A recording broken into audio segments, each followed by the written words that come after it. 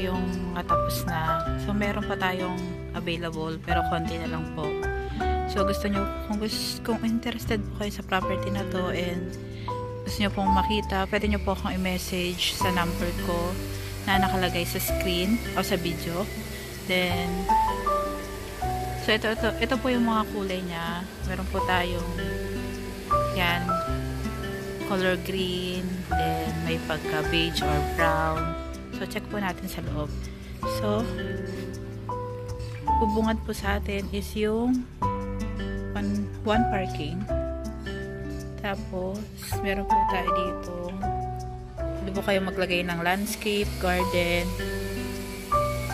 So, wala po itong gate. Yan. Kung mapapansin nyo po, wala po yung gate. So, upon entering, so, ito na po bubungad sa atin kaagad. So, yung living area. Tapos, dito nyo pwedeng ilagay yung dining nyo.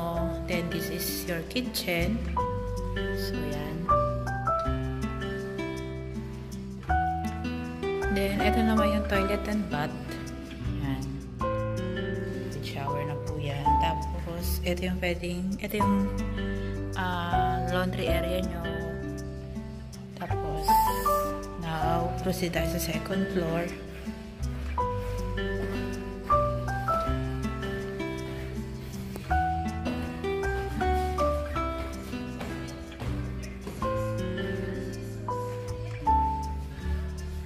So, sa second floor, ito po yung first bedroom.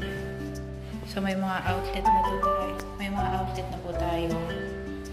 Tapos, ito po yung view sa labas.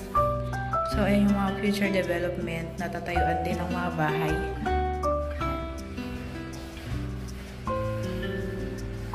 Ito yung second bedroom.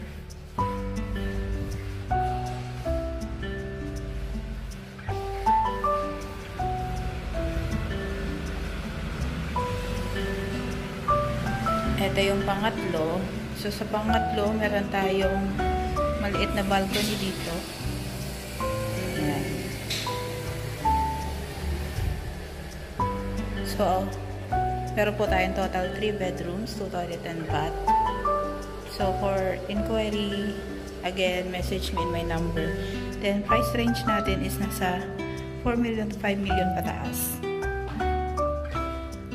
So, please don't forget to subscribe and like my videos and share na rin po para makatulong na rin po sa akin. Salamat!